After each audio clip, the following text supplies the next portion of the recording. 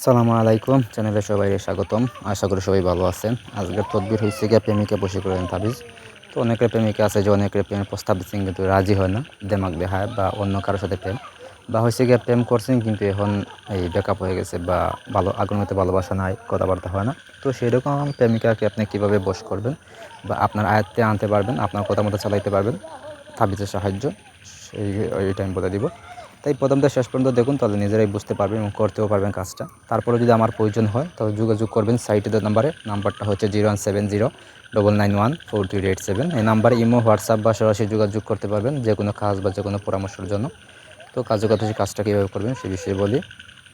এই যে তাবিজটা দেখতে পাচ্ছেন স্ক্রিনের সামনে, এই তাবিজের সাহায্যে আপনি কাজটি করতে হইব। এটা লিখবেন হচ্ছে গিয়া, প্রেমিকার যদি কাপড় আনতে পারেন তাহলে কাপড়ের উপরে লিখবেন, আর তা না হলে বুঝপাতায় লিখবেন। লিখবেন হচ্ছে গিয়ে মোট 3টা তাবিজ। শনিবার, তারপর মঙ্গলবার, বৃহস্পতিবার, এই 3 দিনের ভিতরে যে কোনো একদিন আপনি গভীর রাতে মানে 12টার পরে আপনি বসে দক্ষিণ দিকে মুখ করে বসে লিখতে পারবেন তাবিজগুলা। তো তাবিজের লিখবেন হচ্ছে গিয়ে খালি ব্যবহার করবেন হচ্ছে জাফরান, মেশক, দুধের গাছের রস, গুরুচেনা। তারপরে যদি আপনি পারেন আপনার 1 ফোঁটা রক্ত এখানে মিক্স করে দিয়ে কালি তৈরি করে ওই কালি দিয়ে লিখবেন, ঠিক আছে?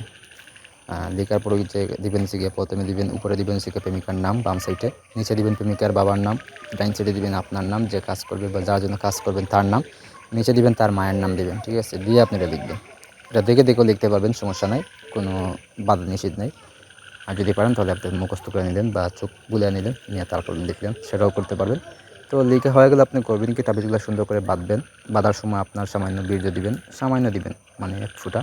তারপরে একটা করে চুল দিবেন 3টা তাবিজে। দেওয়ার পর আপনি তাবিজগুলো সুন্দর করে বেঁধে মাদুলিতে বলবেন। বলার পর করবেন কি, একটা তাবিজ আপনি যে কোনো শ্মশান ঘাট বা গুরুস্থানের উপরে একটা বটবৃক্ষ গাছ বা যে কোনো গাছ থেকে এই গাছের ডালের সাথে ঝুলাই দিবেন। একটা হচ্ছে গিয়ে আপনি সঙ্গে সবসময় রাখবেন তাবিজটা। আর একটা হচ্ছে গিয়ে ওর যদি আপনার আশেপাশের হয় তাহলে ওর চলাচল রাস্তায় অথবা তার বাড়িতে একটা তাবিজ পুঁতে দিয়ে আসবেন। আর যদি দূরের হয় তাহলে আপনি হয় আগুনে এটা জাল দিবেন, একটানা 7 দিন, মানে ডাল দিয়ে এটা গরম করবেন। আর না হলে আপনি নদীর ধারে একটা বড় গাছ থেকে গাছের ডালের সাথে 1 হাত লম্বা করে ঝুলাইয়া তাবিজটা বেঁধে দিয়ে আসবেন, ঠিক আছে?